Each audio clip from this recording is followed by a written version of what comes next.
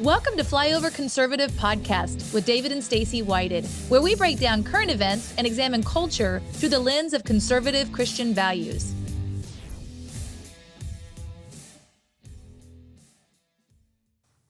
Yay, welcome! We are so excited to be with you today. I hope you had an amazing weekend.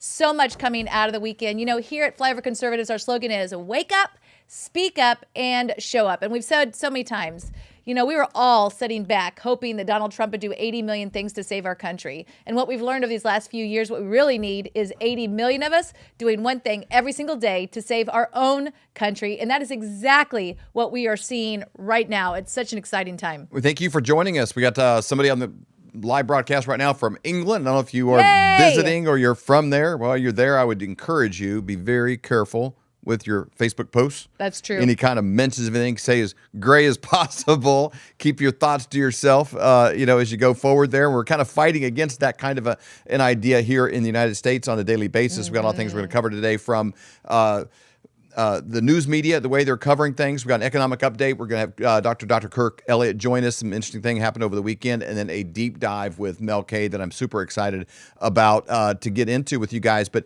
the whole idea is locking arms, together and saying, hey, we got to sift through, be in the driver's seat ourselves of our economic decisions, of our health decisions, who are you trusting, of your children's education, all the most important areas in life. And we're doing that together with you guys, and we really appreciate you joining us. The validity of what we talk about is proofed by censorship, here. We're not allowed to share a lot of things on YouTube. We're not even allowed to have our voices present on YouTube. If I made a video right now talking about what my favorite trees are, it would get a strike for going against community standards, not because of what I said, but because I exist for saying things that are now common knowledge. They were just a little early. And so to kind of push back on that, we appreciate you joining us on the platform you're on. If you're on Apple or Spotify, some of these platforms that allow us to speak, Rumble, many others, thank you. Hit the like and subscribe. That is how you can partner with us in this pushback against a globalist regime that wants to control what you think and what you say, because that's basically what it is. You're not allowed to even think certain things, because if you let it slip out that this is something you're kind of pondering, they want you to be a mental slave. They want you inside of a box that they create. This is what's allowed to be said. Now, if we change our mind later on this disease or on this issue, then you're allowed to talk about it once we say you are. But if you start thinking on your own outside of our controls, we're going to have a problem. You're going to be silenced. You're going to be put outside of the community, outside the town square. You're going to have to go talk in the woods, not in the town square. That is kind of the world we're in, almost no matter what country you're in. So we appreciate you partnering with us in this journey. It's really interesting. When we lost our first YouTube channel, I mean, we were just babies. We were. It was right at 100,000 subscribers, and it was just gone. Like one day we woke up and it was no longer there. And I remember, how do we let our listeners know where we are? How do they even find us? We were moving over to Rumble, and I remember, a couple that we knew for years, and they were very supportive of Flyover Conservatives. And about 3 months after we moved over, we were off YouTube and trying to start over again. I remember them contacting us and man, are you guys doing any shows anymore? I'm like, we're doing shows every single day, but they couldn't even find us. They didn't even know where we were, when we were doing our shows. And so that was something we were like, okay, we are going to start taking control over that. Want to make sure you guys are aware that you can actually find us on our own platform at flyover.live.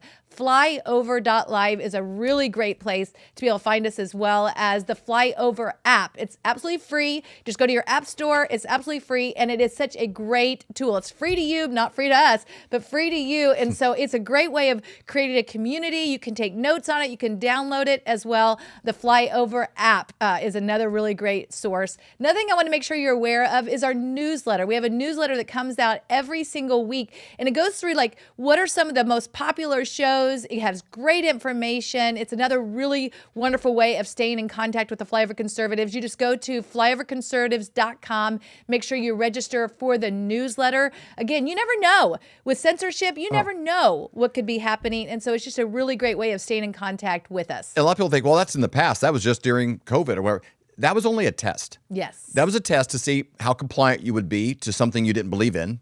but you'd still go along with it, which is an interesting kind of social experiment that they gathered a lot of data on. Just this last weekend, we had a major issue with Facebook. We all started getting alerts because you have to have a personal account to run another account. And we had, I think it was around 290 events or shows deleted from Facebook. We couldn't log in. You can't talk to a person about it. They just bots are just starting to get rid of them. It's like, wow, boom, boom, boom, boom. And it's like, interesting. That is not over. It's still ramping up. They got to control what you hear, and they make sure you're getting their messaging. And we're going to open this show today with a little bit of information about censorship. Goes two ways. There's one, I can remove information that you have access to, so you don't have access to this data. And then I'm going to flood you with alternative information as the marketing arm of a globalist agenda, the Democratic Party. And eventually you're like, well, I don't know. And most people don't want controversy. We're not wired as humans. We're very tribal. We want to fit into a community. We don't want to be an outlier. We don't want to push back. We don't want confrontation. And so most people politically and in their views financially and any kind of a conflict, they're going to be, well, I don't know. I kind of agree with both of you. I'm probably somewhere in the middle. You know, if you're having an argument at work, it's like, I don't know. Bob's probably got a point and Jennifer's got a point. I'm probably kind of, most people kind of want to be in the middle. And when that happens and all of this information is deleted and they flood you with this information, where's the middle? Then you're walking around and people don't know this or this. And we're going to talk about that a little bit because part of that we're learning now, we're funding. We're actually buying the mental bullets that they're firing at us and funding with our own tax dollars. And if you're a taxpayer in America, you know, and you're working hard, by the time you pay tax on your gas and your property tax and your tax when you buy a pair of socks and on your groceries and, you know, federal and state. And even if you're in a Texas or Tennessee, one of those places, you're still probably paying around 50% of your income in taxes, which, you know, it's like, well, don't you want a fire department, a functioning stuff? I don't know. They're kind of defunding the police, especially in areas that really need it. Kind of interesting. They want chaos. They want disruption. But we're also funding things that are not good, like NPR, exactly, and PBS that might have had a good point in their origin, but have deviated far from that. Started in 1969, and they have definitely veered off since that time. In fact, there was an executive order last week where President Trump on Thursday eliminating $535 million in annual funding to NPR, PBS, and other public media. This is really important to look at because, again, these are tax dollars that we're spending, and they tried to say that they are not biased. If you've read anything from NPR, anything that's come out, you're like, that is completely biased. When we were watching what was going on with the elections and going on from 20 to 2024, it was completely for the Biden administration. And so to see where this is today, it's pretty encouraging. Of course, they are fighting back saying they will sue. So it'll be interesting to see what happens. So, in schemes of our, you know, what, 37 trillion in debt, you know, we are, it probably sounds like chump change, you know, probably most people, if you're watching this show, you're in a similar financial position to me. You work hard, you watch what you spend. $535 million still means a lot. That's still, even in today's numbers, you know, in the 60s, it was worth a lot more. But even in 2025, $535 million is still significant. You know, how many of you watching this are that all the taxes you'll pay in your entire life wouldn't even be that amount. Right. You know, I'm probably not going to pay $535 million in taxes over the course of my entire life. So that means a big chunk of every year that I work from the time I'm born to the time I die doesn't even put a dent in our funding for NPR.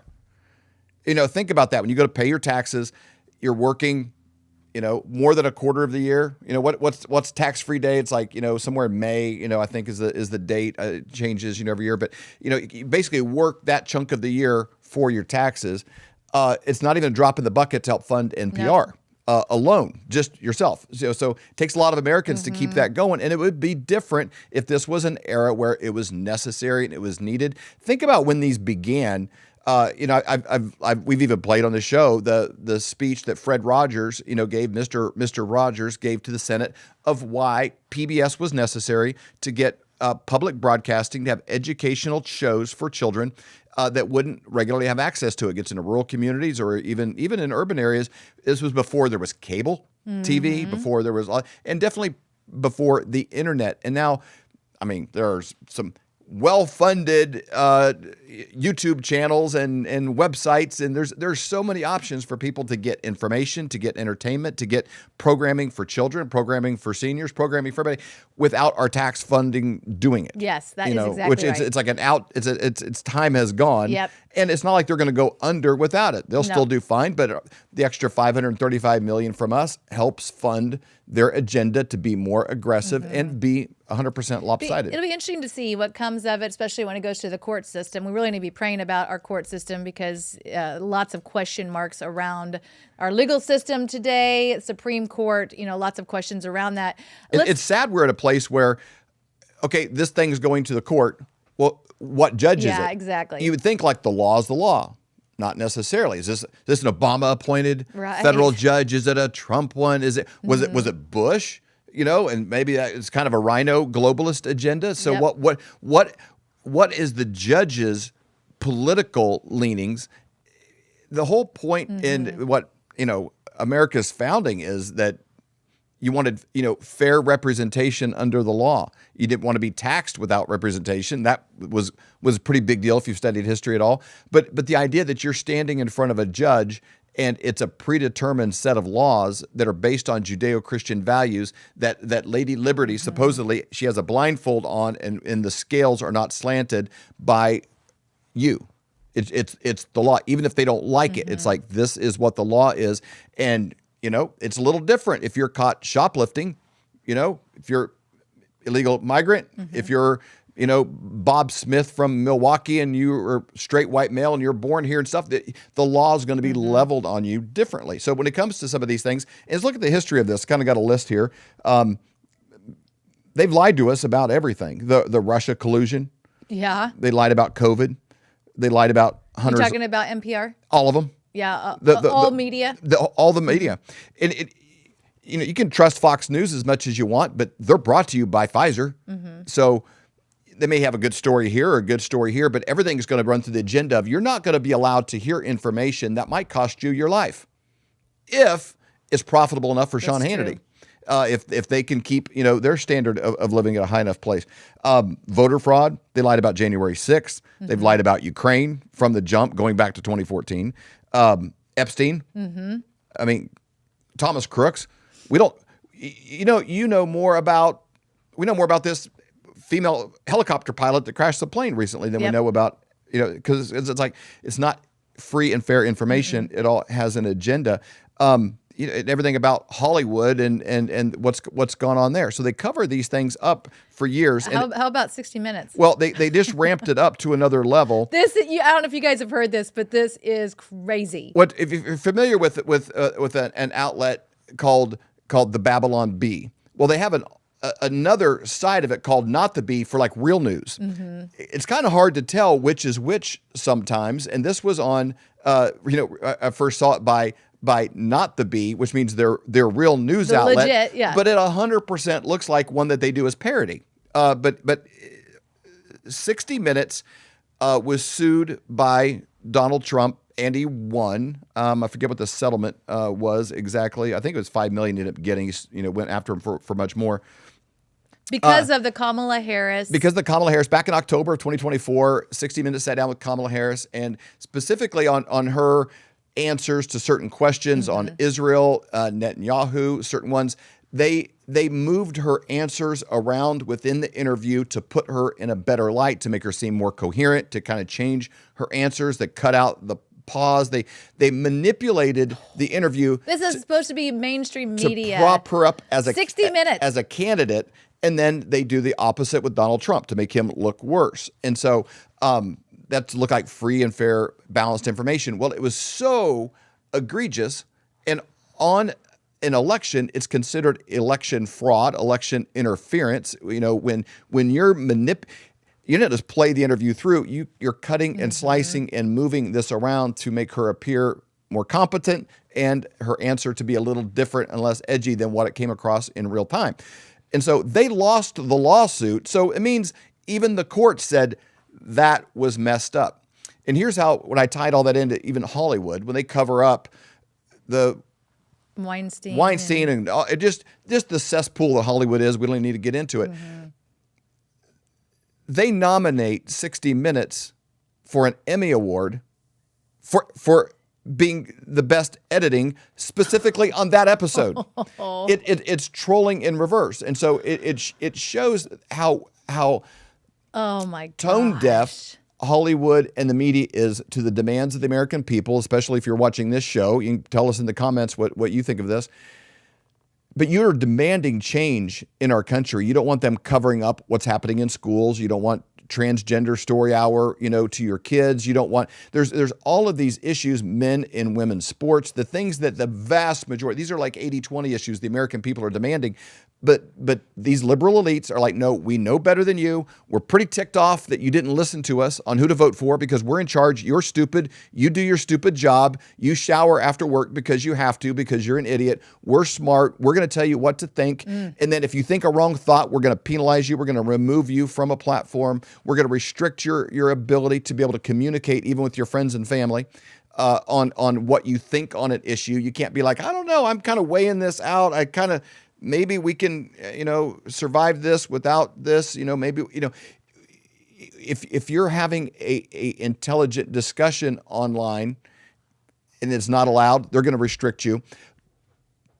And even when the courts say this was election interference, this was a manipulation via editing, here's what we're going to do as the Hollywood elites. We're going to give them an award. We're going to raise this. Now, this isn't the first time that this has happened here in recent events. When you talk about the Russia collusion hoax, do you remember that? Every single day, Russia. Trump did this, Trump the P tapes, Trump all these things, and it was all bogus. It was all made up by a Clinton insider. 2018, New York Times and the Washington Post were jointly awarded the Pulitzer Prize for national reporting on the Russia hoax. Now, when it's proven wrong, like how good was your reporting? Is you crafted the sentences in such a way that it brought tears to my eyes, and I just felt it right in my feels because you were saying what tickled my ears because I'm a Harvard grad or something. They did that. And it was proven wrong. So did they get the award for reporting? Or is it just you lied fluently? Why is that awarded?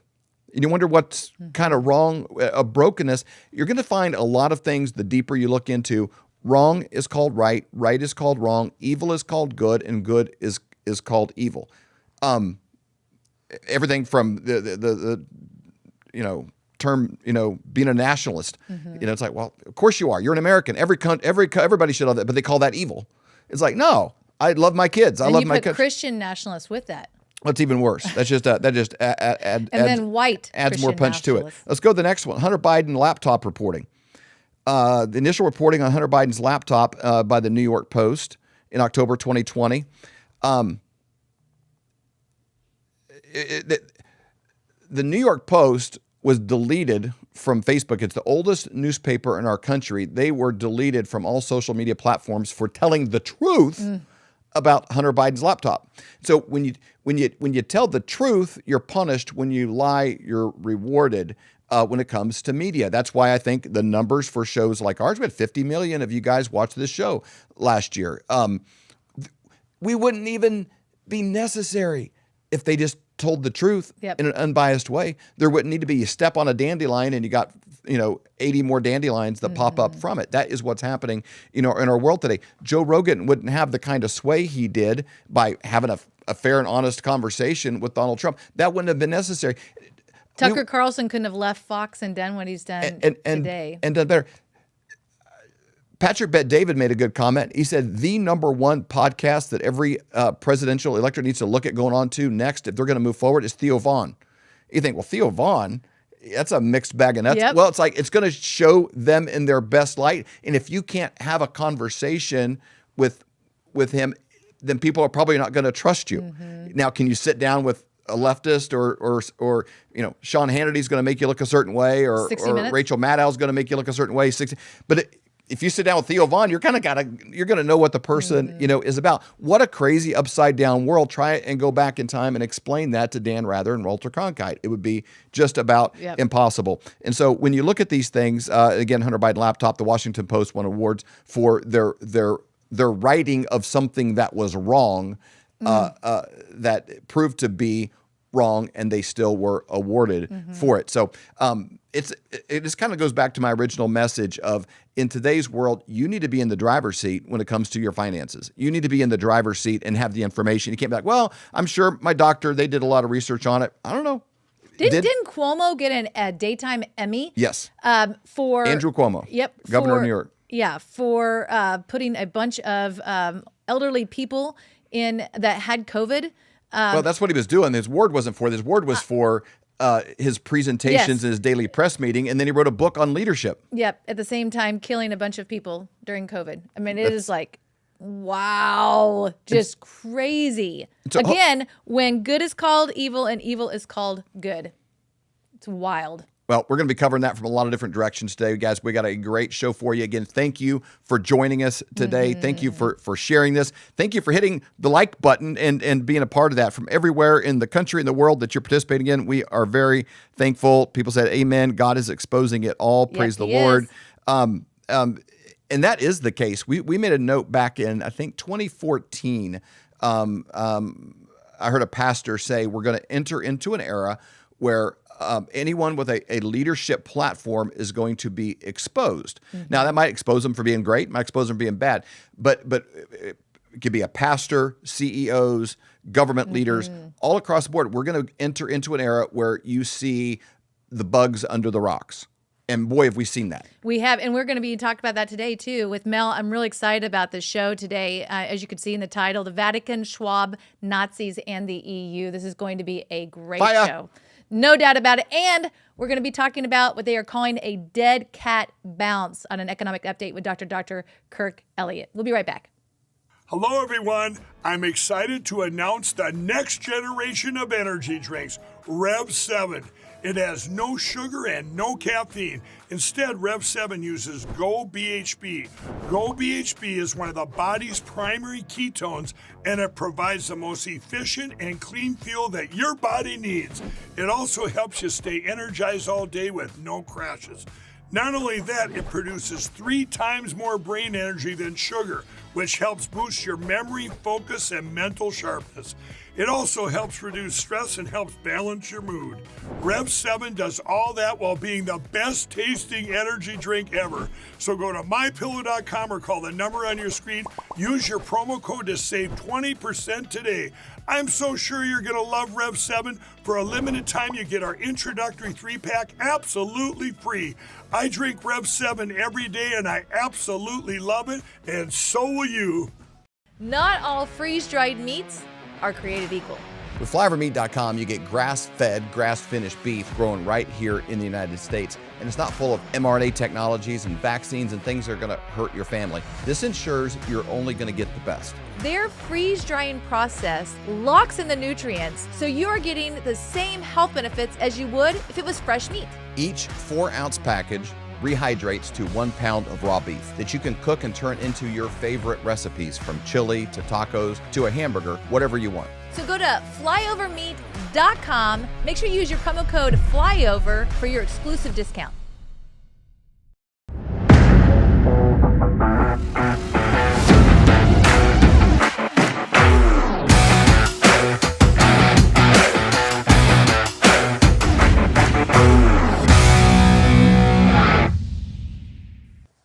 You know what time it is. It's time for an economic update with Dr. Kirk Elliott. Yay! Welcome. Hey, how are you? Great. Thank you so much for joining us today. I mean, I'm always glad to be with you. Sometimes I wish the weekend would have turned out a little bit different. True. At least the Nuggets made it to the next round of the playoffs, but the Avs lost. It's like, oh, man. Yeah. Our Denver teams, unfortunately, we're not like Kansas City where they go to the Super Bowl every single year and basically win it. But anyways, we take what we can get. They got a high draft grade. They're actually DraftKings has the Broncos finishing second in the NFC West behind the Chiefs, but making the playoffs, and it's very close. So that's exciting. We're headed in. That's the good thing about the NFL. Every team, if you're in Cleveland, they're like, we got it this year, baby. You're in Jacksonville. We got, to the NFL, like everybody kind of has hope. It's not like baseball or basketball where there's like a few relevant teams and the rest of them just kind of there so they have opponents. The Broncos are looking scary next year. Well, they are, and I can't wait for us to be able to beat you. And I can say, dang it, I'm gonna beat David on his humble brag, and the Broncos will ultimately win one of these years. Of these years, it's been forever. They should be. They beat them last year. They should have beat them twice. We had a last-second field goal. The Chiefs had a crazy number. Here's a stat for you: Mahomes has only lost by double digits 3 times in his career. One being the Super Bowl, obviously, but it's pretty rare. And so he wins all these close games. The fact is that he doesn't lose close games, either, but never gets into big losses, either. Yeah. So they're in it. But I don't think anybody is excited about playing Denver next year. Sean Payton's getting his stuff. They're starting to lose some of that dead money from Russell Wilson. They got unbelievable defense they built around. So and nobody's looking at that as a homecoming game. They're all that could be an L for any team lining up against them next year. And Peyton Manning, somebody who understands football, is finally our GM. So. That's pretty exciting. Yeah, we'll see. Yeah, that's awesome. All right, Dr. Kirk. In his spare time. Yeah. All right. Yeah. What is going on in the world of the economy? Well, fortunately, Donald Trump is our GM for the economy, right? Yes. And he knows what he's doing. I know. So, there's a couple people that I really follow closely because I respect their analysis. One guy is 𝗕𝗓𝗓𝗢𝗓 with the Bubble Report. Talks a lot about gold and silver, a lot about the stock market overall. And another one is Eric Young. You can see him posted on X, like King Kong something or other. I can't remember his little whatever he goes by. But they're brilliant. And so when you look at where some of their analysis is, it's like, okay, I like it that some of mine is actually incongruent with theirs because it's like, okay, this is amazing. It's like, wow, they're like brilliant. And here we are. So the things that we've talked about over the last couple of years, and this is going to seem a little bit counterintuitive maybe, but Trump coming in, absolute huge answer to prayer, right? To grow our economy, to make America great again. But in the meantime, and they've said it, our economy is going to kind of stink for a little bit because of everything that needs to be unraveled. So over the last 10 days, we've had 9 days in a row of stock market gains. It's like, great, 9 days in a row of stock market gains. However, as you look into it, this is the first time this has happened in the last 20 years. First time in 20 years. Yeah, and since the beginning of our country in 1776, I can't remember the exact number. It's only happened 12 or 14 times. So this is say that one more time. Since 1776, it's only happened 12 to 14 times? Yeah, 12 to 14 times. I can't remember the exact number where the stock market has gone up 9 days in a row. Wow. So what does that tell us? It tells us either A, there's a ton of stimulus money going into the stock market to keep it propped up, to trick people into thinking that it's doing well, or B, people's perception is changing, right? And they really believe that Trump is going to do great things for America with the tariffs, bringing jobs back to America, get Americans working. Because what we saw last week was, and we talked about this on the show, the CEO of Ford actually going to start manufacturing cars in Ohio and Tennessee. Yep. Honda bringing manufacturing back. Taiwan Semiconductor, largest chip manufacturer on the planet by far, going to be manufacturing in Arizona, not in Taiwan, right? So all of this is going to bring jobs back to America. So here's the big if we were under a Harris administration or Biden, right? And you saw that the stock market was booming. It's like, okay, it's obviously being propped up, Right.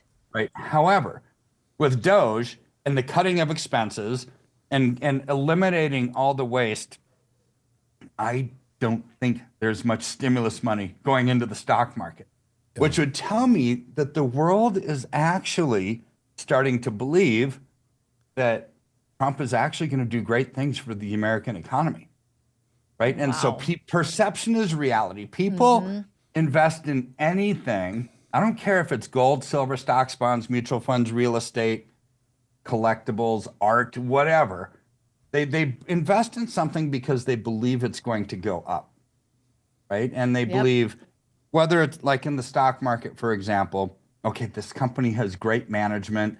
They have a great product that people are going to want, and the economy is growing. I want my investments to grow, so therefore I'm going to invest into this stock. Right. Well, in what we're seeing right now is ultimately that's what people are starting to look at, because Trump is going to bring jobs back to America as people spend. This is the American stock market. It's not the German stock market, not the Japanese or the Chinese stock market. It's the American stock market. So this is going to be very much one of those things where people are seeing, whether they say it or not, whether they believe it or not, that Trump is actually going to win. Right. And so if, like Xi Jinping, for example, the president of China, he knows that he can't win on the tariff battle.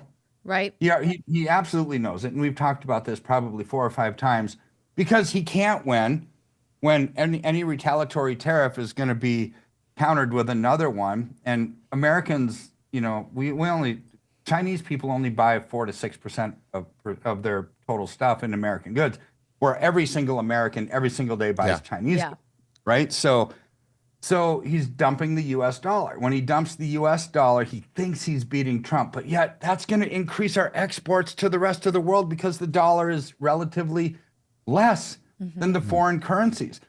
So when you look at this and you're a smart investor, I'm not talking about smart individual investors like you or me. I'm talking about smart, big investors like hedge funds or central banks or international money center banks like JP Morgan Chase or Bank of America or HSBC or you name it. They're starting to think, wow, they get it. Jobs coming back to America is great. And even American companies are starting to manufacture in America again because of the tariffs, like Ford, right? So here's where, moving forward, we've got a lot of really good things to look forward to. But this is going to bring cataclysmic changes to the economy, like in the current. Why? Because we still haven't brought the manufacturing back. Yeah. So I'm looking at some of these trends. Stock market up for right now because of perception. However, I don't believe that's going to stay, because ultimately people do stop spending money on things, because the tariffs will bring higher prices for a bit. But don't be concerned about that. Really don't be concerned. Everything that we see when it pertains to the stock market or gold or silver or any market is going to go through ups and downs, right? You have 2 steps forward, 1 step back, 2 steps forward, 1 step back. Well, this report by 𝗕𝗓𝗓𝗏 talks about, is this a dead cat bounce? No disrespect to dead cats, right? It's just what it's called. And right? why do they call it that, Dr. Kirk? I don't know, other than, this is going to sound horrible, but basically it's the name of it. If you throw anything that's dead on the ground, it's just going to bounce. It's lifeless. It means nothing, right? So they happen to call it a dead cat. I don't know why. Sorry, cat lovers. Could have been called a dead mouse, a dead dog, but they called it the dead cat, right? So if you look at where we are in the stock market, it's very reminiscent of the .com bubble in 2000, where you got to this massive high, and then it came collapsing down, and then it started to go up a little again. It was like what Jesse calls us the "whoops, we're saved" moment, and then it comes crashing down, another oh no, and then it goes up a little bit, and it's like, whoops, we're saved, right? And ultimately, it's going to hit rock bottom. We will hit rock bottom, I think, in the stock market in the short and medium term. But here's where gold and silver are going up a lot because of the fundamental issues of Trump's tariffs, right? So as China starts dumping U.S. treasuries, they're using those proceeds and they're buying gold. Now, over the last 5 days, people have, China stopped buying gold, and the price of gold came down a little bit. And people said, oh, so what? Why is China not buying? What's going on here? Have they really run out of money and they're not buying it anymore? Is this the end for precious metals? It's like, no. They were on holiday for 5 days. Their markets were closed. Then this morning, their markets open up again. Boom, gold's up like $80. Silver's up 41 cents. So China is aggressively buying gold with the proceeds that they're using from dumping the US dollar. Now, ultimately, they're going to wish that they wouldn't have dumped the US dollar, right? But it's really the only retaliatory move that they have to try to beat Trump. But they have to do it right now to raise money, because once the economy starts kicking, when manufacturing comes back, the dollar is going to be robustly strong. So this is where Trump is actually an economic genius, right? And where he's going with the U.S. economy. But we get to take advantage of some of this nonsense, right? As other countries try to beat Trump, knowing that they can't, because like we talked about, when the dollar tanks, other currencies are relatively stronger. We're going to increase our exports to the rest of the world because they're cheaper. And this actually plays right into Trump's hands. So this kind of reminds me of the Hunt brothers back in the 70s when they cornered the silver market, and then they made billions of dollars, right? Because silver just exploded. It went up like 3,200%, right? While they had it. So then, because it was used for industrial, like the military industrial complex, it was used for military. That was the largest demand for silver at the time. The government stepped in and said, you can't do this. You can't corner the market. We're going to change the rules. And it caused them to go not bankrupt, but lose massive amounts of their portfolio holding because the government changed the rules, because conservatives were becoming way too profitable, right? So here's where, as I look at this and thinking, okay, we've got this figured out in a sense where we've talked a lot about the ratio trade, right? In gold and silver, we allocate into silver because it's going to outperform gold. We can lock in those profits and roll into gold. It's like everything that we invest in as a company and the recommendations that we make are not forever investments. They're not a buy and hold forever.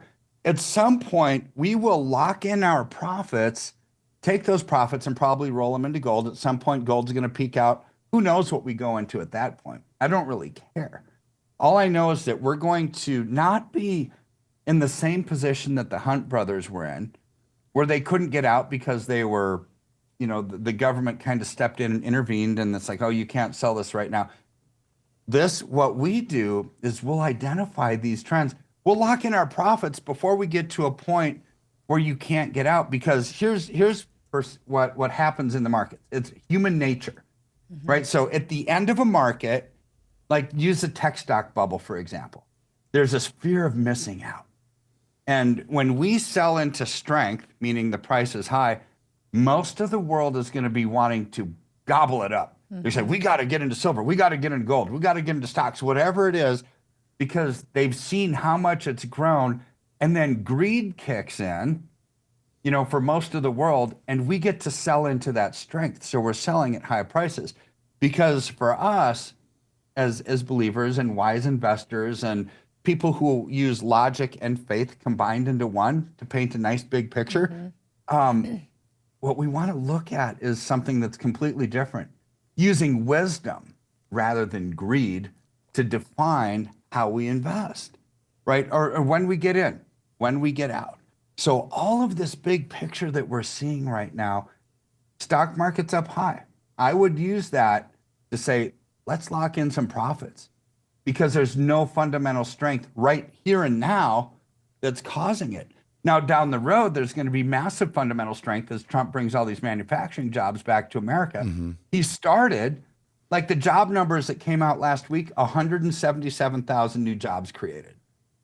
That's manufacturing starting to come back to America. And those are real jobs. That's in light of, I think, 9,000 government employees, that are been terminated, a lot more on the block, but 9,000 actually done. And, during the Biden administration, I think it is up 4.5 million in international workers, if you want to label it as that. Non-American workers were up 4.5 million. Native American, born in American workers were negative. So actual Americans that live here, the numbers were down with them having jobs. Migrants, there's a lot of different programs for them to work, legally, as well. It's not just illegal, migrants, but international non-American, employees were up 4.5 million. And so when people are looking around and like, man, my nephew, my cousin, my brother-in-law, these kids are all struggling, now those guys are leaning into actual gainful employment. Wow. Well, and here's the thing. I mean, those numbers are real. People can agree or disagree, but to me, money is apolitical. Right? So when you look at the number of U.S.-born citizens that got jobs, it was a net loss.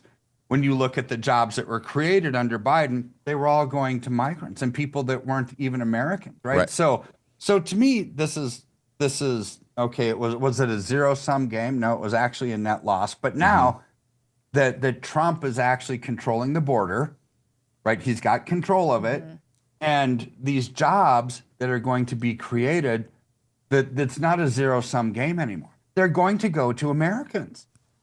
Right, so this is where the economy continues to grow, continues to thrive. It's just, if I could shout it from the rooftops till I'm blue in the face, I would, and I guess I kind of am because I talk about it constantly.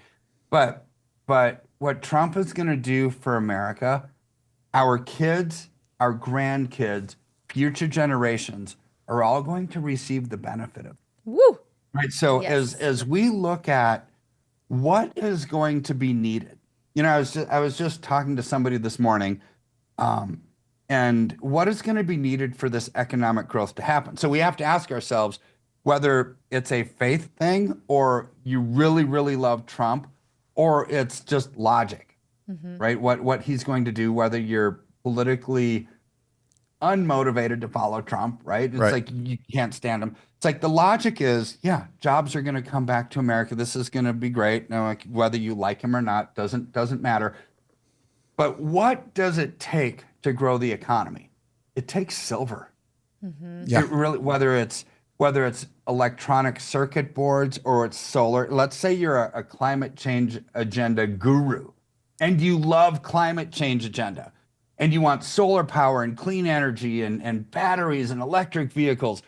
All of that takes silver. 100%. It's impossible without it.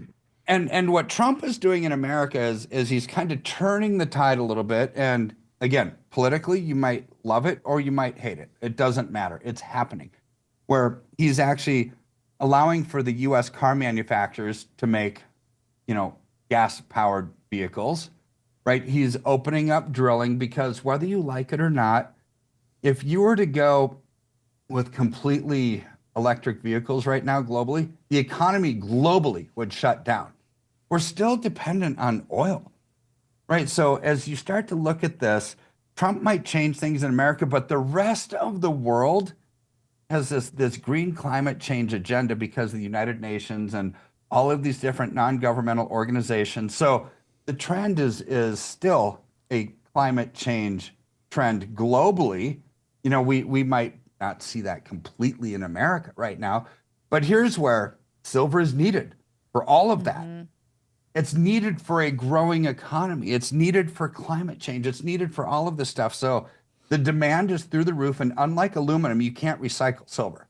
When you're done with the aluminum can, you put it in the special, blue garbage can or whatever, but you can't do that with silver. Once it's done, it's done. It's gone. but demand is increasing and supply is going away. This is where logic kicks in. It's like low supply, high demand, prices are going to go up. Perception is ruling the day right now on the stock market, but ultimately reality is going to kick in a little bit until Trump brings all these jobs back to America. And until then, you probably will see some of the economic decline that some of the left, talking heads on financial news is talking about. But don't think that this is a forever thing. This is not a forever thing like what they're talking about. This is a structural change globally, but the structural change globally that I'm excited about goes back to international banking, Basel III Accord, where they name gold as a tier 1 asset. What's a tier 1 asset? They put it on the same playing field of liquidity and safety as cash and cash equivalents. So before it was never that. If you put money in the bank and said, "Oh, I'm going to have cash," that's the safest thing in the world, right? Now banks, international banks and central banks have gold in the same light as cash and cash equivalents, which means there's going to be so much demand, so little supply, that we as wise and prudent investors get to take advantage of these global shifts in everything that's happening, which, again, under Trump, this is a good thing. If we had Harris or Biden, it would have been a bad thing. There's no way that you could have recovered from a collapsing US dollar if you didn't have any exports. But we get to actually profit from that. So anyways, bottom line is I see parallels from the past, but the realities of the present are pushing gold and silver to heights that I don't think any of us could actually comprehend. Wow. That is so I can exciting. comprehend quite a bit. I know. So that's pretty good. I know. That's a good place to be. I do want to clear up one thing with the Hunt families dabbling in the silver markets, and I think they paid a $10 million fine or something like that. Those brothers, H.L. Hunt had 15 children with like 3 or 4 marriages, something like that. He was a very productive billionaire. Lamar Hunt was a whole different branch of that family and chose to focus on sports franchises in America and developing a competitive league. Back to the Chiefs. AFL. So I didn't know if that was like a subtle undermining of a Chiefs dig, but just I want on the record, I caught it. I recognize it. I catch it. I said it here, and I don't receive it because that was a broken branch of the billionaire Hunt family. That Lamar had nothing to do with. They had a different mama, and it chose a different path. So just wanted to put that out there. That is hilarious, Wyden. Well, I'm glad you saw that it wasn't my intent, but I'll take it. Yeah. Well, whether it was or wasn't, it's acknowledged, and I just wanted to keep the record clean. It's a different branch of Hunt brothers. The same daddy though, very productive, very productive, driven individual, but chose different paths. So, Flyover family, this is a great time, not just to be alive. It's a great time to be an American. It's a great time to also, out of the percentage of Americans, there's a small percentage that are getting the kind of information that you are right now. If you turn on CNN, you turn on Fox, you watch Kramer, you watch any of these experts, you're not catching this and knowing how to not just survive this process, but actually thrive in it. It is an economic tsunami. Dr. Kirk's got a book called Thriving the Economic Tsunami. If you want a free download of this PDF, you can get it and be reading it tonight. It has everything from the $1 million cup of coffee. This is great information to be sharing with your kids and grandkids to, why gold and silver, why it matters, what actually is inflation, how does it work? Dr. Kirk, one of his PhDs, is actually understanding central banks and then how they calculate inflation, these numbers they manipulate, like saying what's in your shopping cart, and when they switch steak with hamburger to make it look like things are better than they really are. He breaks down why and how that was part of his PhD program. That's his area of expertise. So if you want to know more about this, you can go to flyovergold.com and get a free PDF, download this book, and be reading it right now. In 5 minutes now, you can download this and be reading this information. Thank you, Dr. Kirk, for giving that for making away. this really available. Appreciate because that. if you don't know what the weather is, you don't know how to dress. You don't know whether to take an umbrella. You don't know whether to take a coat. You don't know what's going on.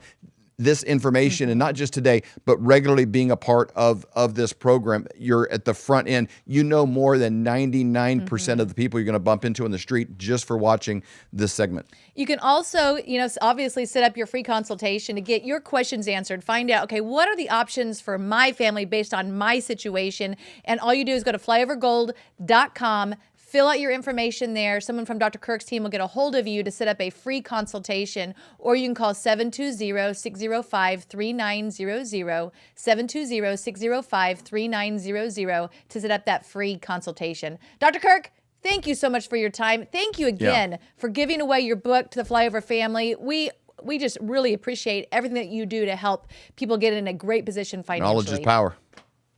It's my pleasure. Happy to do it. Everyone is talking about this. The one thing that's very important part of my portfolio all these years is gold. As gold hit all-time highs already this year. And get a free info kit on gold today. It's called silver. Gold coin.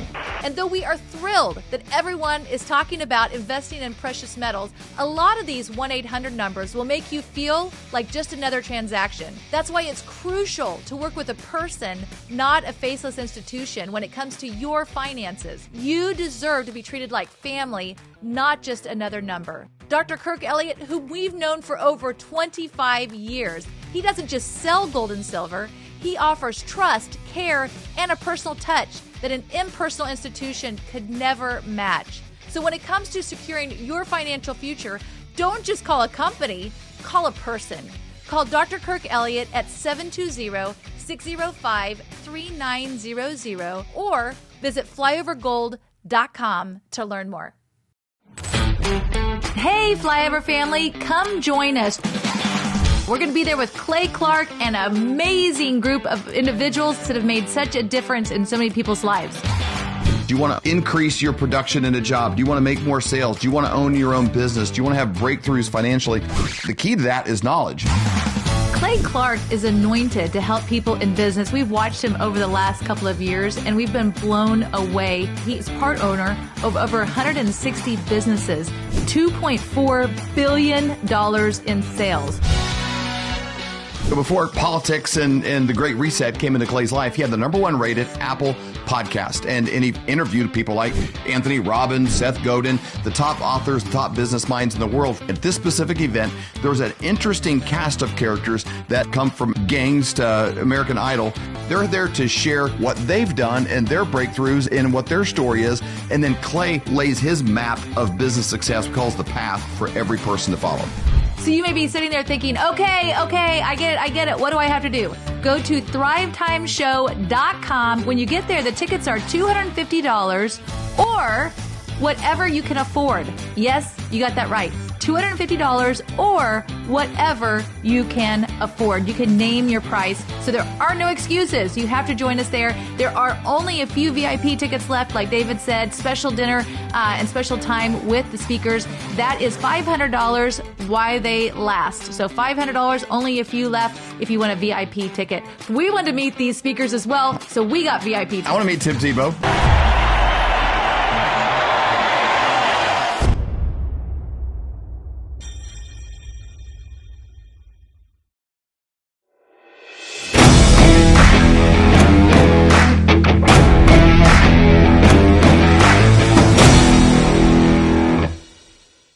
If you've been following the Flyover Conservative podcast for the last 4 years, and you've followed a series of shows that we've done with deep dives with 𝗦𝗡𝗢𝗓, you deserve like a certificate. You do. Like an honorary PhD, something like that. Because I guarantee you are educated. I have so many of these just filled. And every time I'm on with somebody else, I'm like, I learned that from Mel. Oh my gosh, I learned that from Mel. I've heard that name over and over from Mel. I mean, over and over and over again. We should get some sort of certificate. And I'll even be listening to an interview. I was heard J.D. Vance, who's trying to come up with the 𝗧𝗢𝗦 Act. He goes, 𝗧𝗢𝗦 Act for the love of Pete. It was 2012. Do you not know anything? Obama put that in place. Do you not watch 𝗦𝗡𝗢𝗓? Or you imbecile? What did they teach you at Yale? Did you just learn where to place your fork in the 𝗕𝗘𝗦𝗢𝗓 Elegy? Was that it? Is that the only you got from Yale? Because you didn't know about the 𝗧𝗢𝗦 Act. But we do, because we have the one, the only 𝗦𝗡𝗢𝗢. Yay! Welcome. Flyover family. So excited to be back with you. How's it going? Great. That is really the truth, though, what David was saying. We have learned so much from you. Yep. And I'm always excited whenever you do something because I'm like, okay, I know I'm going to learn a lot. I got all my note cards ready to go.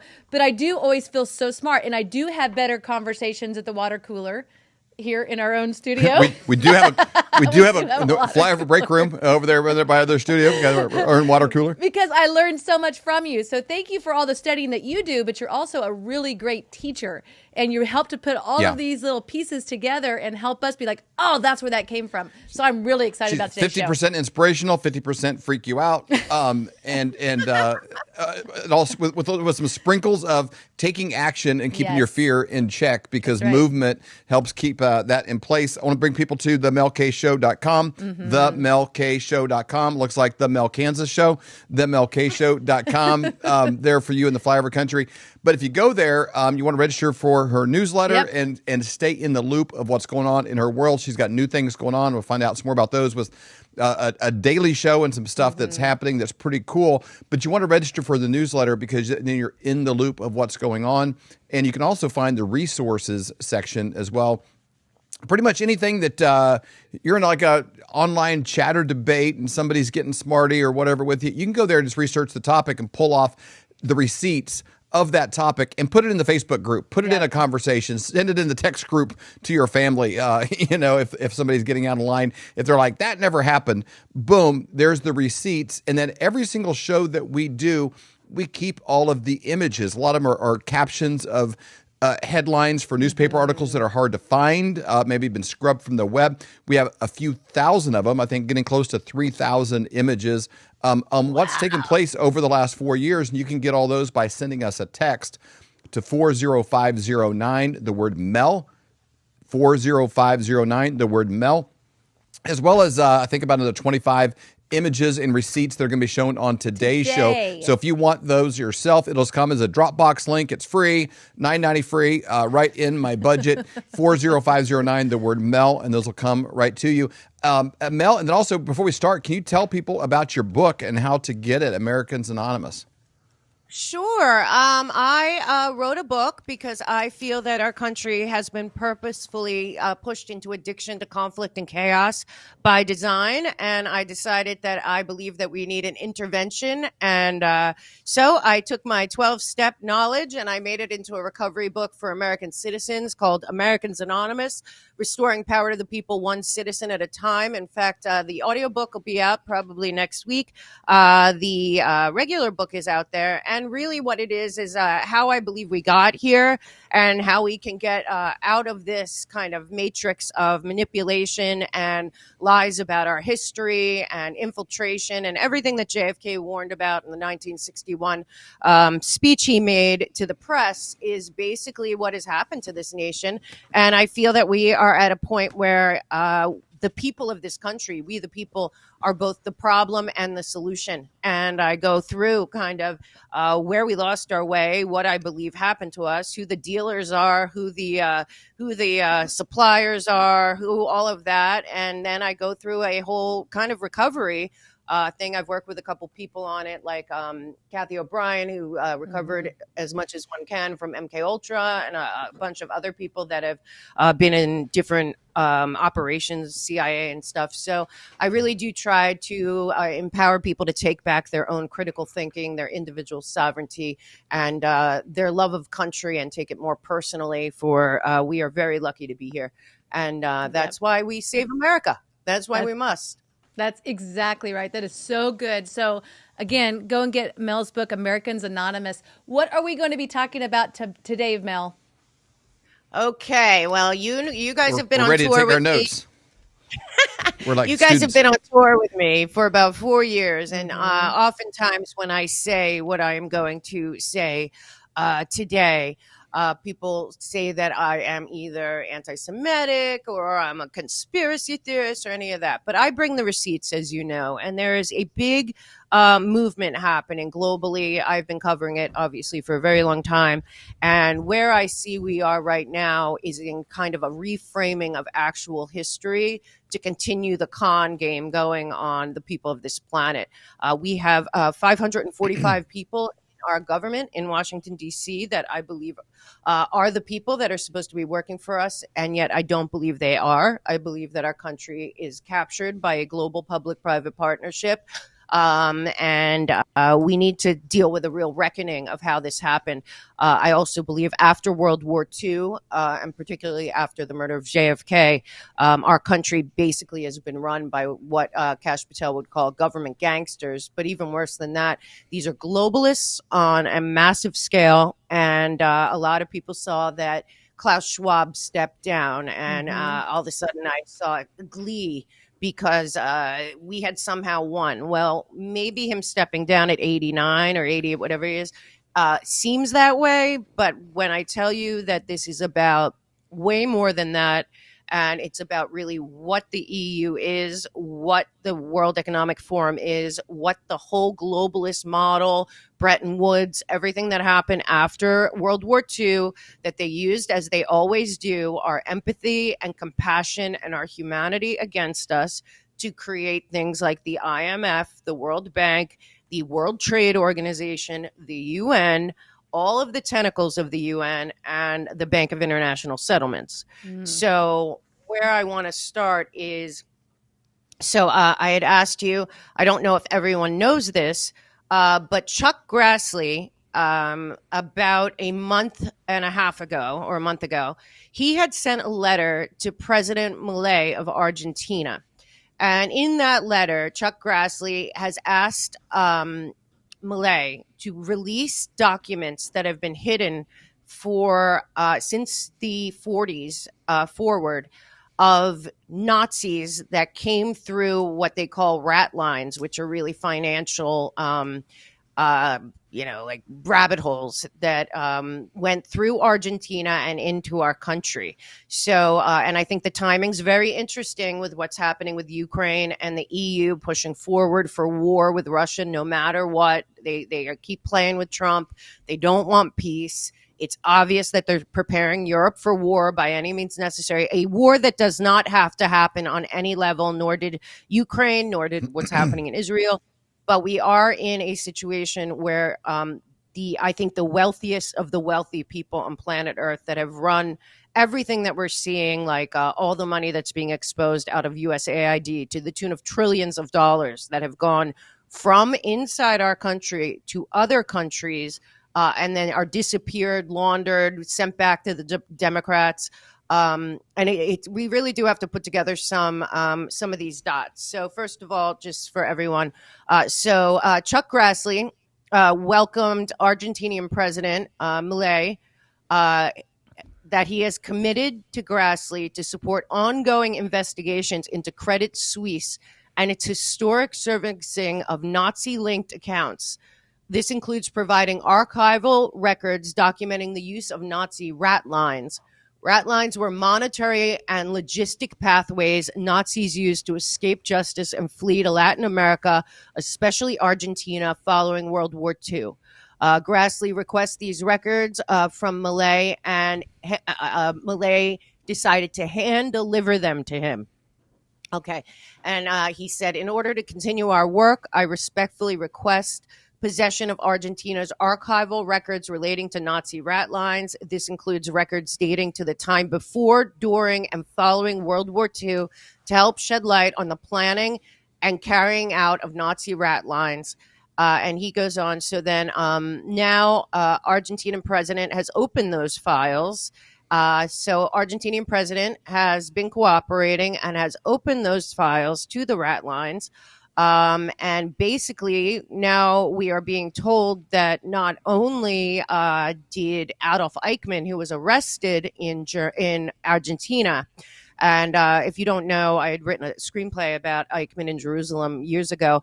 He was the only Nazi that was found, apparently now out of these records, with the help of the Argentinian secret police, or the police in Argentina at the time. People didn't know that back in the 60s, but this was in the 60s. So Adolf Eichmann was the architect of the trains. So he was responsible for picking up Jews and gypsies and Catholics and anyone that they wanted all through the Balkans, and having them delivered to the concentration camps or to the work camps where they worked them to death. So he was the architect. He came out of one of these rat lines, was moved to Argentina with his family, took on a new persona, became some kind of a salesman of some sort. And the Mossad worked with the Argentinian police, which just came out now. People didn't know that the Argentinians worked with them, or I did not. And they got Eichmann in the 60s, brought him back to Israel, and he was the only Nazi tried by the victims in Israel, which was a whole nother question internationally that I'm not really going into now. But they have said that worse than that, they found that 5,000 Nazis had been moved from Germany, including people that were sentenced to death at Nuremberg, to Argentina. And that included the worst of the worst, the butcher, Joseph Mengele, who then went to America under the name 𝗕𝗏𝗏𝗏𝗏𝗏𝗏. And he was obviously the guy that did all the sickening experiments at Auschwitz with twins and cutting off limbs and putting things in people's brains. I mean, really evil stuff. So basically now those two have been proven. So it says several countries in the Americas received Nazis through rat lines, including Canada, the U.S., and Mexico. And particularly large group came through U.S. intelligence that they plucked certain people because, and the reasoning of this is separate from Operation Paperclip, but it does connect. So Operation Paperclip, the reasoning that they took the Nazis, and many of them that we were shown at Nuremberg 1.0 were sentenced to death, were then plucked out and brought to America by our military because of their prowess or whatever they did in the war in Germany, and given new names and new identification and all of that, and then raised their families where? In America. So what we are supposed to believe is that that was it. Well, it's an ideology similar to what we're seeing now in America with Islam. We have to remember that shortly after all this time was when the uprising started, not only the Weather Underground and all of that, but also a lot of the basic situations that we were doing. We started really advancing our technology, our science, a lot of companies. And so where we are now is that apparently America was involved with this. So it now says that the leader at the time, 𝗦𝗢𝗏𝗏𝗏𝗏, was actually upset about the Nuremberg trials and authorized key facets and escape routes and financial help with Credit Suisse, apparently, making them a state affair, and then helped them get to Argentina. Which is pretty crazy to begin with, but that's just the tip of the iceberg. So now Argentina has come back, and 10,000 Nazi war criminals, some at the highest level, escaped through these escape routes that are known as rat lines, connected to the banks in Switzerland, and 5,000 settled here. Like I said, the people that justified it in our military said that these guys were either going, and first, again, some of these were ordered to death in front of the Nuremberg trial, and then later plucked out by our military, but also by the Russian military. Jeez. So other nations were coming in to grab the most talented Nazis, I guess. And so if we start there, and we know that, real quick, it's interesting, in that moment, because history, the way it's written, it manipulates people's view on how they look back. Like Hitler gets everything's hung on that coat rack, as if he was just this lone wolf, lone gunman. Like he never personally visited a concentration camp. Like all of this. I'm not saying he's off the hook, but I'm also saying he's not the only hook to hang these crimes on. Everything's hung on him, and all of this goes under the guise then of like, hey, these guys are just following orders, and all of these crimes. I just did a deep dive on a Japanese. A lot of these are doctors, that these always seem to be traced to. His name is ICHIE, something like that. He was a doctor that did over 500,000 people died in his labs. He did all these experimentations on like frostbite. He tried to study like the impacts of frostbite. So he was taking prisoners and basically freezing them to death, see how long body parts would take to turn black. I mean, just horrific crimes, and then autopsies while people were alive, all this stuff. And it's like, it's always in the medical realm, and it's always, well, whoever the leader was, that person was evil. But a lot of these guys get off the hook, after the fact. And there's psychopaths that just found an umbrella to work underneath, but they sort of get a free pass when it's over.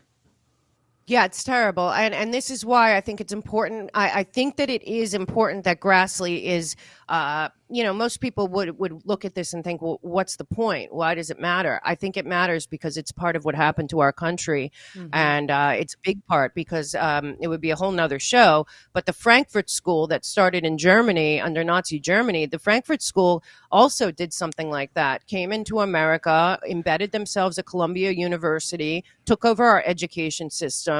And that was all literal, manipulation, mind control. I know you guys have talked about it. So it's the same period. We were greatly deceived. In my book, I have a section which is goes with all recovery, which is you're sick as your secrets. Right now, America is as sick as its secrets, in my opinion. And that's why I wrote that it's time for us to know the truth about our country, and even more about all this money that's going out of USAID, trillions of dollars, not to mention the black budgets. And this goes all the way back, basically, in my opinion. Now, not that Kennedy and the people before he was murdered weren't bad, but people need to understand the Dulles brothers, Preston Bush, a lot of these people were working with the banks that were funding Nazi Germany in real time and knew exactly what was going on there. And IBM gets a free pass. Ford Motor Company gets a free pass. It's amazing the involvement of these American companies that just like, oh, well, hey, just move it. It's like it never happened. But the problem is, I believe that we're still living under the same model. It's just not so obvious. And the people of that time would have done anything for the technology we have now.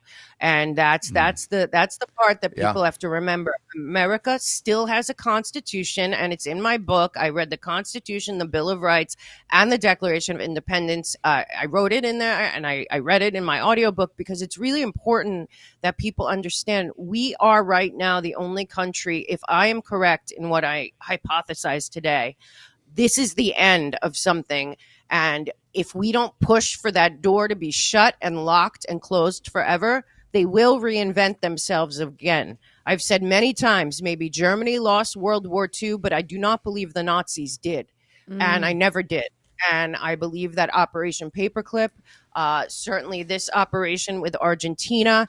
Now, another part of this story is that many people are aware that Pope Francis, who just died, many people called him the Black Pope or the Faux Pope or whatever, but there's a reason for that. So Pope Francis also dying the same week Klaus Schwab steps down. So all eyes are on the globalists. The same week, a ridiculous article that I will talk about in a minute by the head of the EU, which many people believe to be basically the Fourth Reich. I mean, I've been saying it for 5 years, but now I'm seeing articles coming out about it from Poland, from Estonia, from Turkey, calling the EU that. Is it that? I'll let the audience make up their minds. But I do want to mention Pope Francis is from Argentina. Pope Francis welcomed a lot of these people that came through the rat holes into Argentina. And it appears that he was later promoted to Pope in a big way because of that. Now, I'm not saying that's for sure, but the cultural Marxism and everything else. So I'm just going to go through how the Pope connects here, and then I'll jump back to what Grassley got, and then I'll try to connect it with the time we have. So if you don't know, Pope Francis was really pushing the Great Reset. He was a champion of this. So there was before him, there was basically a Marxist communist type leader that he followed. His name was 𝗕𝗘𝗢𝗙𝗢𝗙𝗢, and he was basically a champion of Pope Francis. He was the head of the Catholic Church and a figure at the time that inspired Pope Francis. He also was a cultural Marxist, and he was somebody that believed in oppression. Marxism really pushed that. So it turns out that Pope Francis, it looks like, was of the same ilk. Well, that same man, 𝗕𝗓𝗏, also inspired a young man at Harvard named Klaus Schwab.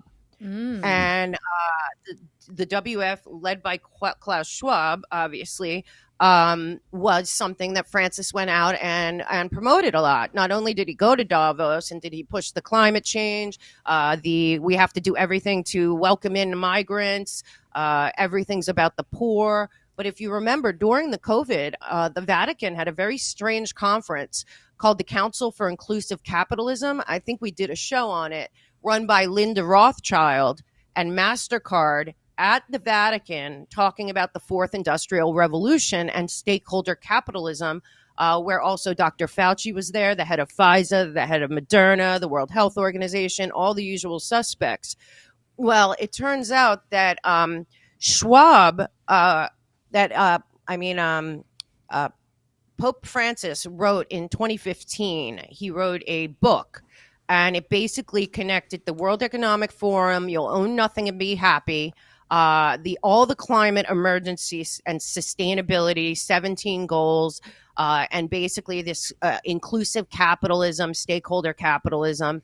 And frankly, he sent it to Klaus Schwab, and then Klaus Schwab featured it at the World Economic Forum in 2016. And this is written by Pope Francis. So what went on is that this Catholic bishop in Brazil that really inspired him and inspired Klaus Schwab was called the Red Bishop, this 𝗕𝗘𝗦𝗧. And he supported the Cuba under Castro, China under Mao. He considered Mao and Castro to be heroes.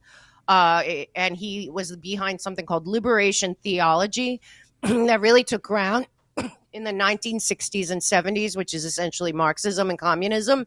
But so that's also around the time that there were large uprisings all over the world known as revolutions that many people believe are CIA under two people that were aligned with the Nazis and the OSS, which would be the Dulles brothers who started the CIA here.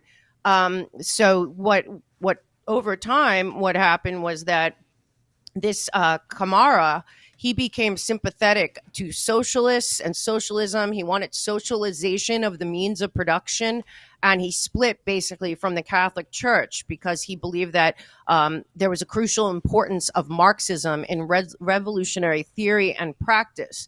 And if you go forward, you're going to find, reading his works, that not only do they sound very much like the book COVID-19, The Great Reset, sometimes word for word, but they also talk about the theology of liberation is rooted in revolutionary militancy, and liberation theory expanded the agenda to land reform, radical climate change, critical race theory, and that spread all through Latin America, Africa, and Asia during that time when Pope Francis, but also this person, were very important in the South American, very strong Catholic communities. Many people believe that the social movements of Antifa, Black Lives Matter, and the Green Agenda all came out of that movement and this 𝗕𝗓𝗏 guy. So that's pretty crazy. Then in 2010, Schwab published a book called The World Economic Forum, A Partner in Shaping History, the first 40 years, where he goes through from 1971 to 2010 and talks quite a bit about a lot of the things that then show up almost word for word in what the Pope writes a few years later. So what we know is that this 𝗕𝗓𝗏 guy, who was a Marxist and all of that, really inspired this Pope and Klaus Schwab. And then also in 2014, the Klaus Schwab and the Pope had a big meeting in Davos. And a lot of people don't know about that. But when you'll remember when the COVID-19 hit, the Pope was out there telling everyone to get vaccinated, telling everyone We needed the Great Reset. And I remember a lot of people saying, why is the Pope out there, like, advocating for, global emergency, for opening our borders, mandatory vaccines, all this gender stuff, all the migration, all the wealth distribution. This should not be a surprise to anyone that looked into these people. And again, it goes back to Argentina post World War II. Wow. Then it's crazy when you trace these like lines of things. Like you could do it in almost anything, like say the NFL, you take like a John Gruden and the Harbaugh brothers, they all coached underneath of Andy Reid, who coached under Mike Holmgren, coached under, Bill Walsh. So it's like these trees all kind of trace back, like, oh, all of these ideas you see here, all of those guys, they all kind of come back to a certain spot. You see that in a lot of fields. It's no surprise it's in these nefarious areas as well. Right. And I think we also have to remember the Ukrainian Nazis were pure evil. And people have to understand that is true. And Hitler himself told the Nazis in Ukraine that they better take it down a notch when they literally pulled men, women, and children out naked and just shot them in the street.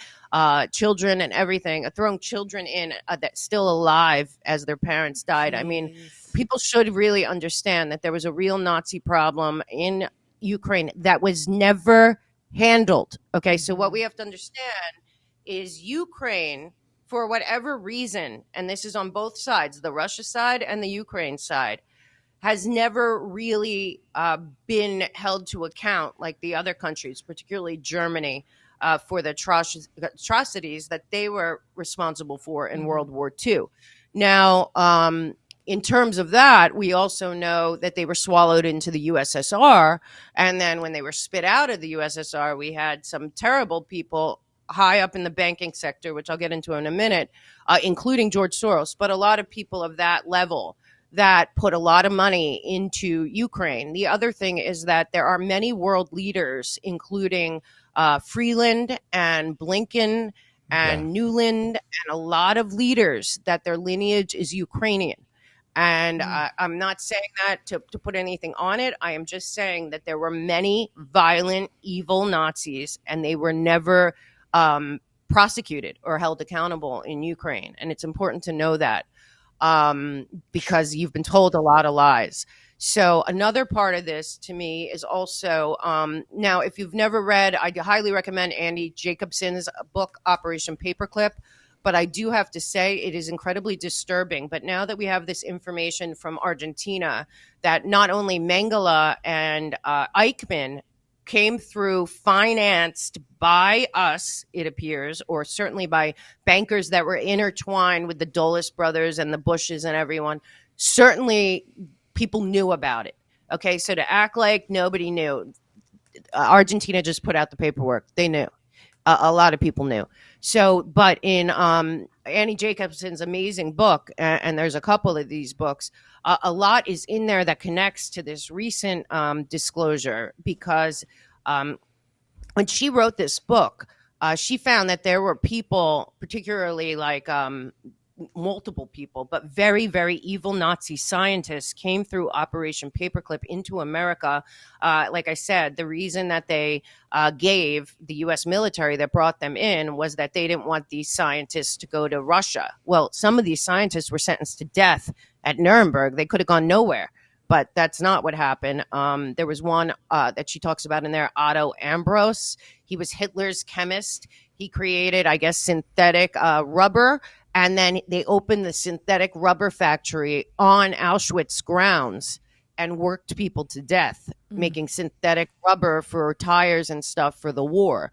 And there's a lot more than that, but there were multiple Nazis. And the guy that a lot of people point to in America was this U.S. High Commissioner, John McCloy. And basically what happened was they sought to interrogate these people and deal with them and all of that. But at some point, this McCloy came in and pulled out a couple of people, including this Ambrose guy, of their sentences that they got to death in Nuremberg and brought them here. And this is particularly attached to something else we did, which was the U.S. Department of Energy and Oppenheimer. because it's around the same time, and the same excuse was, well, we need those Nazi or the World War II worst criminals that created the weapons because we need to create them now.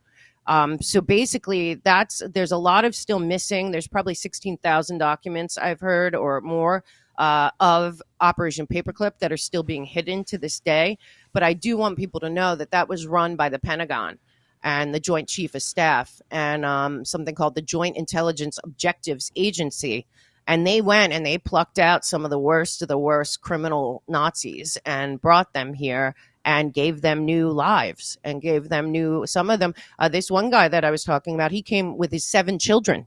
And I know that there is a lot of speculation. I know from growing up in New Jersey that there was a whole area in New Jersey that people said where some of the Nazis came after and got new identities. So that all happened, and I highly recommend Annie Jacobson's book to look for more of that. But I do want to get kind of to where we are now. So to make this it's no different than like you can forgive a lot of sins if you're in a race for nuclear supremacy. You can forgive a lot of sins when you are like a bunch of monkeys playing with matches and gasoline like we're doing with AI right now. It's like, because you don't want to fall behind. And so you can forgive a lot of sins if you don't want to fall behind other nations. And that's where the Pentagon and all them hey, caution to the wind because everybody else is doing it. And you don't want to come in second in the nuclear race. You don't want to come in second in the AI race. Right. That's where we are, and this is why I'm talking about this now. And I have to believe that Grassley is bringing this up because the money never changed. As I always say, the Bank of International Settlements is the bank. But then if you look at Soros's history and his history, both in America and in the EU, a lot of that connects there. And this is also why I will continue to push to know. There was a $375 million settlement from J.P. Morgan Chase with the victims of Jeffrey Epstein. There was another $60 million settlement with another bank, a Swiss bank, and another bank overseas. So, and we still have the whole U.S. Virgin Islands question mark, which is also where a lot of these hedge funds that came out after World War II went to those islands, and we have to remember that. So just to kind of step back to that world for a second, just to understand here, there was a plan. So in 1944, November 1944, and people can look it up, it's called 𝗕𝗢𝗢𝗢𝗢 U.S. Military Intelligence Report. It is from November 1944. It's called the Red House Report. And basically, the Nazis' highest level up to Hitler and Goebbels and, all these same people, Goering, everyone, they knew that they were going to lose. This is why I say the Germans lost and the Nazis didn't. They went to this Maison Rouge Hotel in Strasbourg, August 10th, 1944.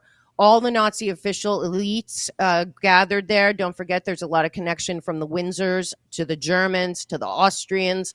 Well, all of them went up there and discussed what they actually called the Fourth Reich. And this is a 3-page document. It was marked secret. It was copied by British officials that infiltrated it. It was not disclosed in America until like a decade ago. Most people don't know about it, but basically it details how global industrialists were working with the Nazi Party to rebuild Germany's economy by sending money through Switzerland. That money then was funneled around the world to allow them to continue to grow Nazi Germany's wealth, even though Germany itself had lost the war. So it basically says this included So what they did was at this meeting in Germany at the time, Hitler there himself as well, they set up a network of secret front companies that they would open abroad. They would wait until the conditions were right at post-Nuremberg and all of that, and then they would take over Europe again, because the whole goal of the Third Reich, folks, was always a united one Europe. It wasn't about Germany. It was about the EU, basically. And a big problem was they wanted Russia. So going forward, Red House report that was unearthed. It's called the Budapest Protocol, and it included representatives from Volkswagen, Krupp, Messerschmitt, Bayer, and some other companies. Officials from the Navy and Ministry of Armaments were also at the meeting, and basically they talked about the Fourth German Reich being an economic Reich. And there's a book that also talks about how the Red Army advanced, and as soon as they knew that they were going to lose, these people went through their own rat lines. And it says that Nazi Germany exported, before the war was lost, incredible amounts of capital to Switzerland and then funneled it through to open businesses in America and other places. So the Third Reich was defeated, but the powerful Nazi-era bankers, industrialists, civil servants were reborn as Democrats that soon prospered in West Germany. Okay, East and West Germany, working for a new cause, says the document, a European economic and political integration union, with Germany leading the way. So that was in 1944 in Strasbourg. And it goes on basically to talk about all the companies and the capital that was going into building businesses in America and elsewhere that now are part, in my opinion, of the global public-private partnership. This particularly went through several Swiss banks, 2 Zurich banks, German banks, Swiss National Bank. But many of these banks ended up opening branches in New York City and other places around the world. So when you look into that and you see all these connections, and then you start to see the different companies and corporations, and this also goes with Germany and France, created something called the European Coal and Steel Community, which was basically the beginning of the European Union. This is all during the same time while we're sending money through the German Marshall Fund to Europe to help them rebuild. They're sending billions of dollars out to rebuild their financial powerhouse in foreign countries with front companies. So when you start to think of it that way, then you look at this new article from Ursula, what's her name? Ursula von der Leyen. She is running right now the EU, and she is not happy.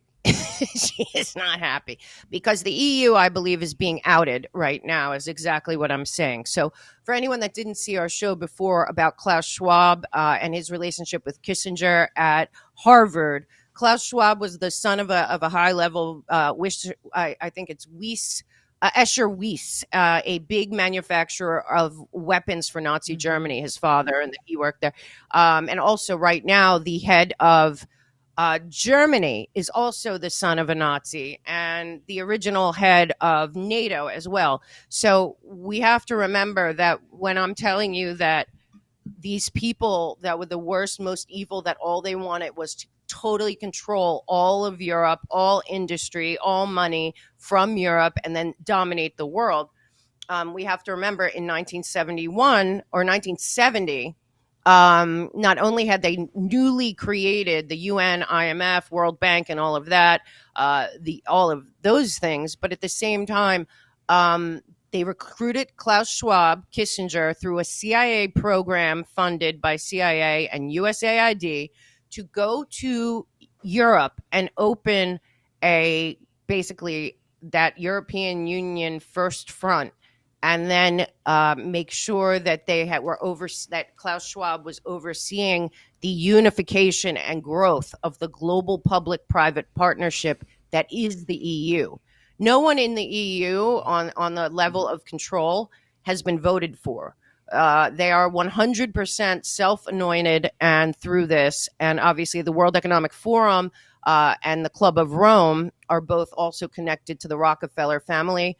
And the Club of Rome is, in fact, where the climate change, or the idea that they needed an enemy, and that the forever enemy of good people on planet Earth were the humans. So, the whole Club of Rome, the whole climate change is human caused, the whole depopulation agenda, all of that is this elitist group that were born and bred into this world. And so just to show you how long this has been going on, in the 90s, Now, don't forget, Bill Clinton was a Rhodes Scholar. He was actually bred by George Bush the Senior, who knew him his whole life, basically, in politics. His mentor was a man named Carroll Quigley, a professor at Georgetown, who wrote Tragedy and Hope. Well, Clinton administration Deputy Secretary of State 𝗧𝗢𝗓𝗢𝗔𝗬𝗓, who I believe was behind starting Brookings, but definitely a bunch of globalist NGOs. He wrote in an interview in Time magazine in 1992 that in the next century, nations as we know it will be obsolete. All states will recognize a single global authority. National sovereignty wasn't such a great idea after all. In this literal article you can find in Time magazine, and this is the Deputy Secretary of State to Clinton at the time, says, the free world formed multilateral financial institutions that depend on member states' willingness to give up a degree of sovereignty. The International Monetary Fund can virtually dictate fiscal policies, even including how much tax a government should levy on its citizens, think private Fed. The General Agreement on Tariffs and Trade regulates how much duty a nation can charge or on imports. These organizations can be seen as the proto-ministries of trade, finance, and development for a united world, a one world order. Okay, so if you keep, looking at this and looking at the players and the connections and the people that came in after World War I, and knowing about the banks and how that happened, because I also say that though it appears we won the American Revolution, at the same time, it does also appear that the bankers of the king went back and infiltrated us through the banks, i.e. the Federal Reserve, in 1912. So what's happening now is that a lot of these people are losing their minds because Trump is dismantling this network. I believe that it's the network of the banks at the top that have funded both sides of every war, as I've talked about, but I believe that they're being exposed. And the tariffs is a big deal. The tariffs just aren't about leveling the playing field. The tariffs are about that it was the Clinton administration and the Bush administration and Kissinger and Brzezinski and all these people that did this to us. This was not a foreign operation, because it appears that the military-industrial complex and the Wall Street complex that funds it and supports it has been in tandem with all of this since World War II. And again, the German Marshall Fund is still around. And if you look at USAID, they've been giving tens of millions of dollars, not just to that, but also to the World Economic Forum, and also to all the UN tentacles, and also to the Soros Open Society. So USAID has basically been funding all of this for at least 25 years. Wow.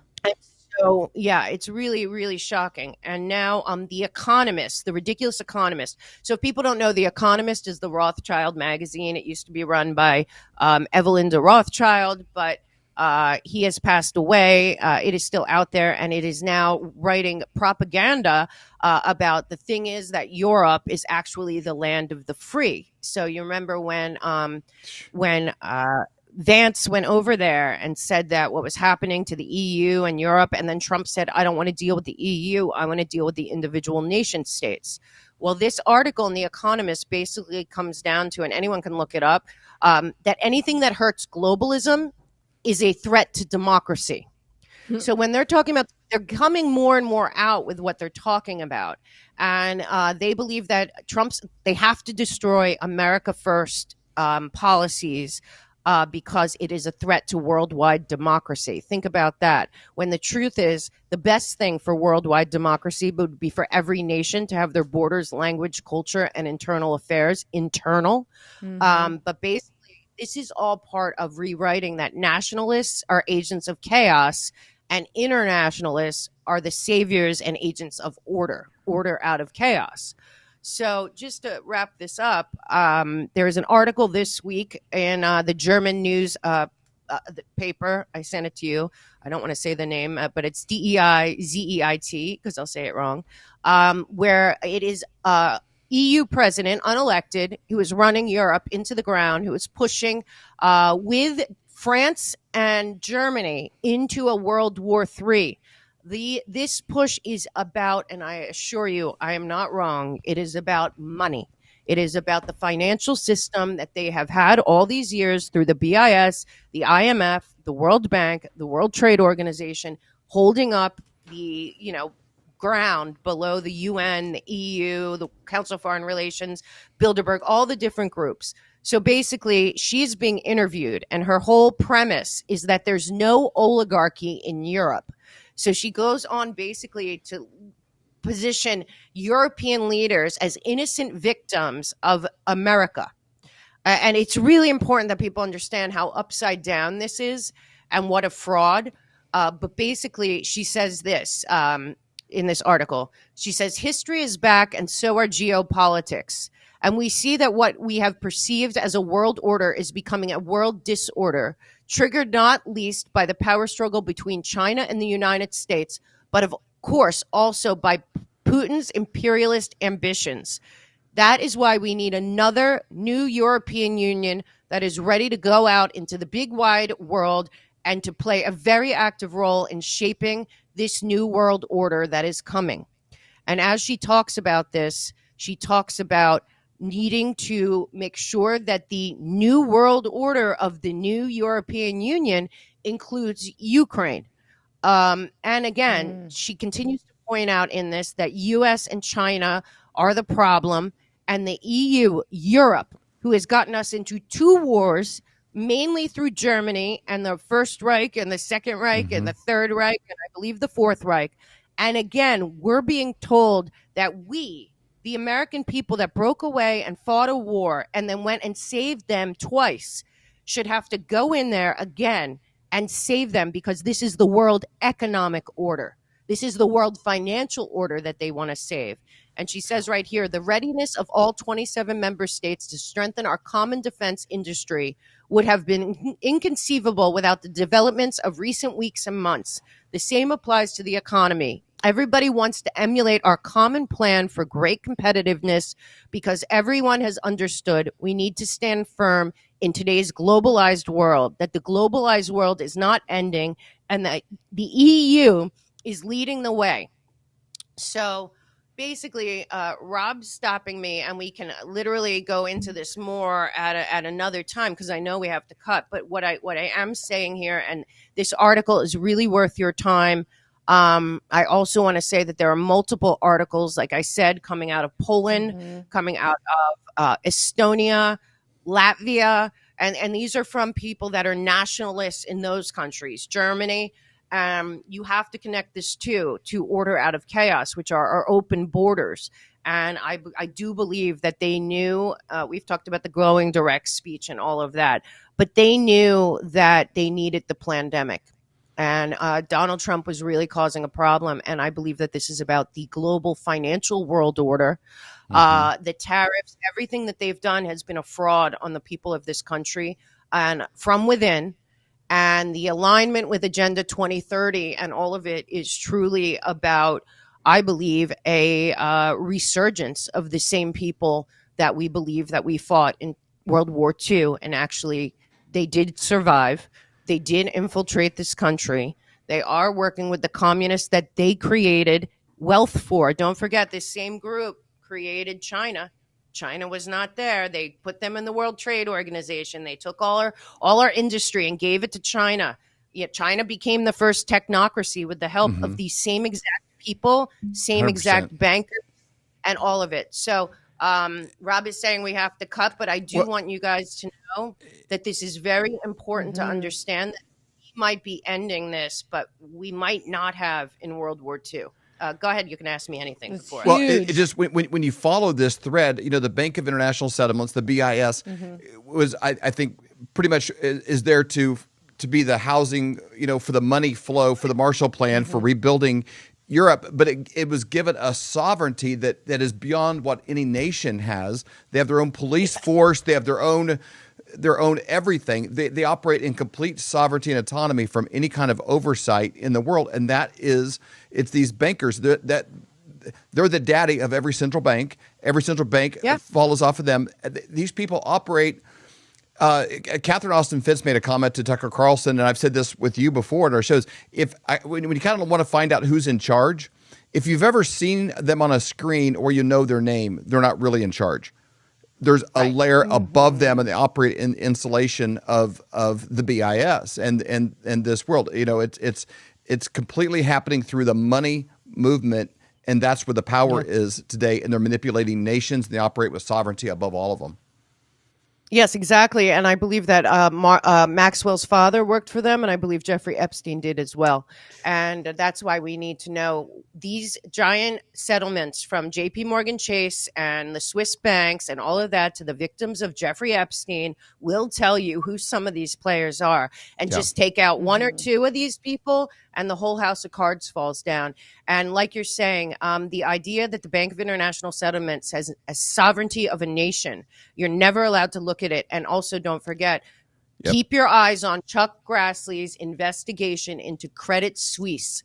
And I fully believe not just World War I and World War II, but World War III that we can stop now is all about them keeping control of the global financial order. It has nothing to do with anything other than this small group of people keeping power and the criminals of the 545 elected officials in Washington, D.C. that have betrayed our trust for decades and have covered up every time that they need to hide or cover up. Then they'll throw us a trauma event without any concern or care for the people, because that is who they are. That is who they were raised to be, and that is who we are dealing with. And I feel that it's the same people, the same spawn over decades and decades, but it all connects to the global financial system. Flyover family, you can text 40509, the word Mel, 40509, the word Mel, and you'll get all the images that we got to, the ones we didn't get to today. Continue this research on your own. And share this episode. Help to wake other people up. Get this to your friends and your family. Also, text them these graphics that she was sharing today. Make sure they're aware of it as well. Make sure you get her book, Americans Anonymous. Definitely want to get your hands on that. Make sure you're also subscribed to her newsletter and checking out her resources at 𝗏𝗏𝗏𝗏show.com. Mel, thank you so much for your time. Again, you did not disappoint. I filled every one of these note cards up, and I ran out of space. I was so sad. Great job. Well done. I want to end with my usual, God wins. They're giving us a second chance to take care of something. You know, they recreated the snake. They regrew the monster. It is there. And all of this is included, all the uprisings, everything. We just have to say enough. We just want it exposed and to be done with it once and for all. And I think we're ready. So thank you so much, guys. Thanks, Mel. Thank you, Mel. If you had a time machine and you could go back to, say, 1930 and you had 1 ounce of gold or a $20 bill, both of those would buy you a complete men's suit, brand new, the shirt, the tie, the belt. Either one would buy you the whole thing. If you had a time machine and then you brought both of those resources into today, the 1 ounce of gold could still buy you a full suit at pretty much any men's store in America. The $20 bill, why, it probably only gets you a handkerchief or a pair of socks. How do you get the gold and silver? Well, it's very simple. We have a friend that we've known for over 25 years. In fact, his dad was a mentor of ours, and his name is Dr. Kirk Elliott. And the way that you connect with him is you go to flyovergold.com. It's a website that we set up to make it very simple. All you do is go there, fill out your information, and someone from Dr. Kirk's team will get a hold of you to answer all of your questions. Whatever you have, they can help you out. Or you can simply call 720-605-3900. Again, 720-605-3900 to set up that free consultation.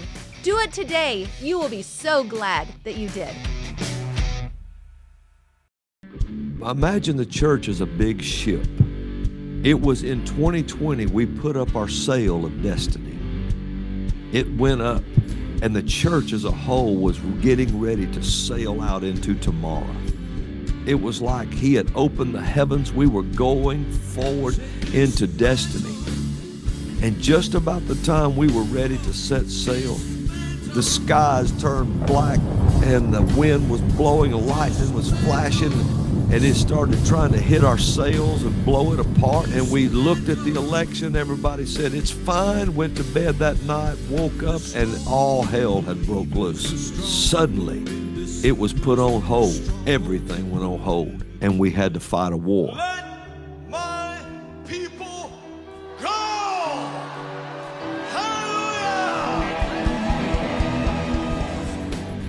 Every city has a voice. Hollywood is the film industry. New York is financial industries. Nashville, Tennessee is the sound. It's the sound of the nations. Well, when the war ended in November 5th, 2024, the Lord spoke to me. And he said, go back the way you came. He said, go back to the Opry and pick up the sail of destiny where it was stopped. And now sail on out into the destiny. So we're going back to the Grand Ole Opry in July the 3rd to redeem the time. And from that point, the dismantling tour begins. And we're going to head out into a brand new tomorrow. And this time, we're on this side of the page. So we have a chance to pick up where we left off. So it's going to be a day to be remembered. I want to encourage everybody, come. Get our feet on the sound of America and let's prophesy to the world. On this side of the page, things are going to be different. On this side of the page, things are going to be grand.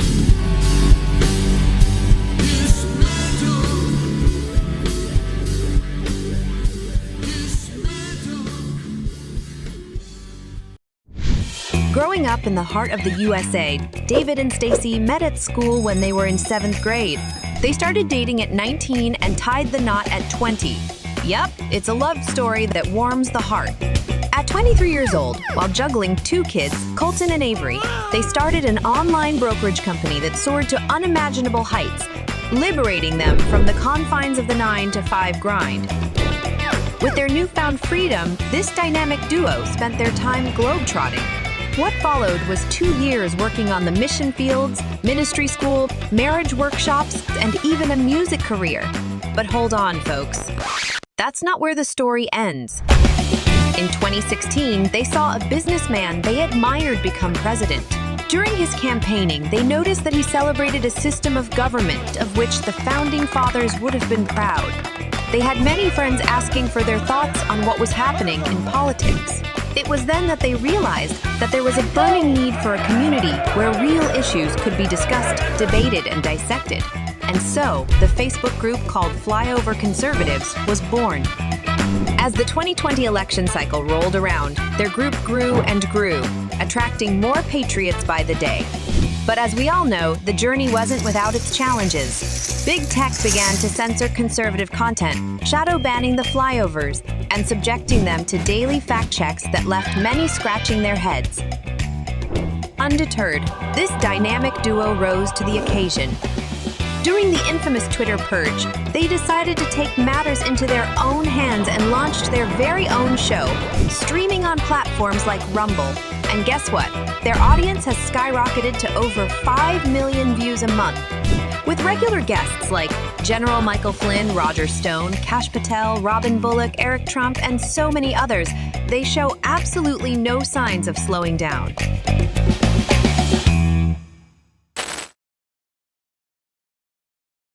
Looking back to 2020, the whole COVID pandemic and everything that we saw there, were you surprised at how Australia responded? Stacey, I wasn't really surprised by that for a number of reasons. The first is a pandemic is always going to bring out the worst totalitarian impulses of people in leadership. But as someone that lived there, I can tell you that, it's a very highly regulated place. For example, how hardcore Australia is about fruits and foods and things like that coming into Australia. If you bring in the wrong type of fruit to Australia, you may as well bring in a kilo of cocaine. There really isn't that much difference to how you're going to be treated. So Australia has that island mentality. It is a much more socialist, European, British kind of place. The only reason it is not as bad in terms of the free speech laws is because it's just so far away from everything. It just takes longer for the bad stuff to get down there.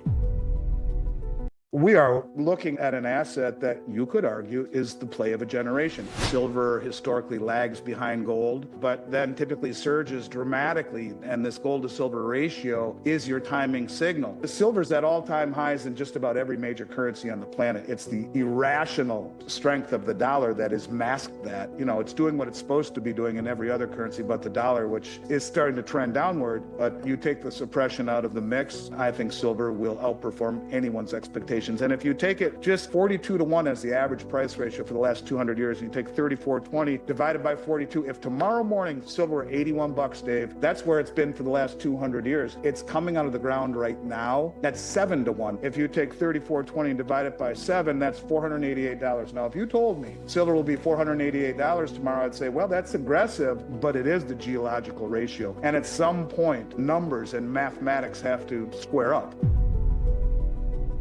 If you can't talk to your enemy, then the only thing you can do is shoot them. When you eliminate all communication, boy, the only thing left then is violence. And when that's basically what they did. I don't know that Joe Biden spoke with Putin during his entire presidency. So when you break off those communications, you know, you got 1 million dead people, you know, laying there as a result. So the consequences of this on a global scale are horrific. From a how does the world view our country as divided is not good.